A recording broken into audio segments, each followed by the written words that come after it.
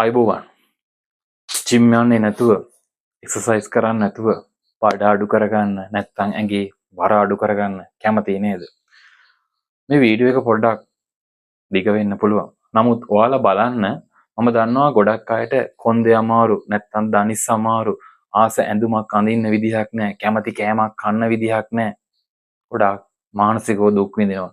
ඉතින් ඔයාලා වෙනුවෙන් තමයි මේ වීඩියෝ එක මොකද මගේ පෞද්ගලික අත්දැකීමක් එක්ක ඔයාලට මේ වීඩියෝ එක ඉදිරිපත් කරන්නේ. ඉතින් ඔයාලා බලන්න ඊට පස්සේ මේ වීඩියෝ එකෙන් පස්සේ මම ඊගාව වීඩියෝ එකෙන් ඔයාලට ඩයට් ප්ලෑන් එක මම මොනවාද මේක කොහොමද කෑම පාලනය කරේ කියන දේ කියා දෙන්නම්. මම ඔයාලට සරලව මට වෙච්ච සිද්ධිය මේක ඉස්සරහට තේනවා සම්පූර්ණ වීඩියෝ එක බලන්න. ඉතින් මම අවුරුදු කීපයක ඉඳලා විවිධ උත්සාහ කරා. එක්සර්සයිස් කරා, ජිම් ගියා, දුවන්න ගියා උදේට, කෑම පාලනය කරා. නමුත් කිලෝ එකක් දෙකක් අඩු වෙනවා. ආයි හිටිය මට්ටමටම නැවතත් එනවා. ඉතින් ඇත්තටම මට ඊට පස්සේ මාර්තු මාසේ සාධාරණයෙන්ම දුන්න පොඩි දඬුවමක්. මට ඇත්තටම ලොකු බැක් පේන් එකක් ආවා. ස්නායු තදවීමක් ආවා.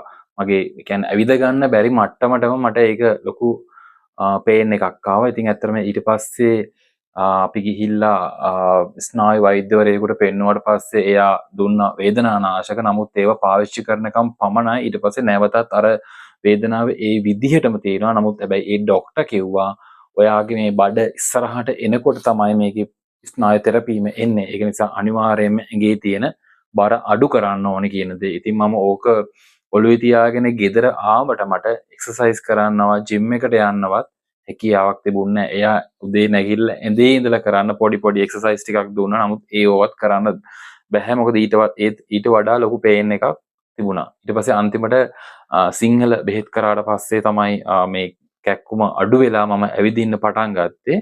හැබැයි මම මාර්තු මාසේ මැද වගේ ඉඳලා කෑම පාලනය කරන්න පටන් ගත්තා. ඉතින් ඇත්තටම මට ඒ තිබිච්ච අපහසුතාවය නැත්තම් ඒ වේදනාව කොච්චරක්ද කියනවනම් මම නොකා ඉන්න උත්සාහ කරා. ඉතින් මම කන ප්‍රමාණය සෑහෙන්න අඩු කරා. මට ඊට පස්සේ ටික මට තේරුණා මගේ ඇඟ සැහැල්ලු වෙනවා කියලා. ඒ නිසා මම ඒක දිගටම කරගෙන ගියා. ඉතින් මම මේකේ කරපු ප්‍රධානම කාරණාව තමයි බත් කන ප්‍රමාණය අඩු කරා. මම බත් සමහර දවසට එක වේලයි බත් කන්නේ.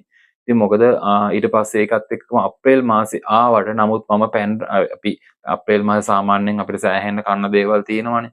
නමුත් ඒ කේක් කෑල්ලක්වත් ඉඳලා හිටලා කෑවත් අනිත් පෑන් රහ කන දේවල් සෑහෙන්න අඩු කරා. උදේට විතරක් තේ එක බොන්න පුරුදු වුණා. අර අනිත් දවසේ වෙන්දර තේ 3-4 පාරක් බොන එක සම්පූර්ණයෙන්ම නැවතුණා. ඉතින්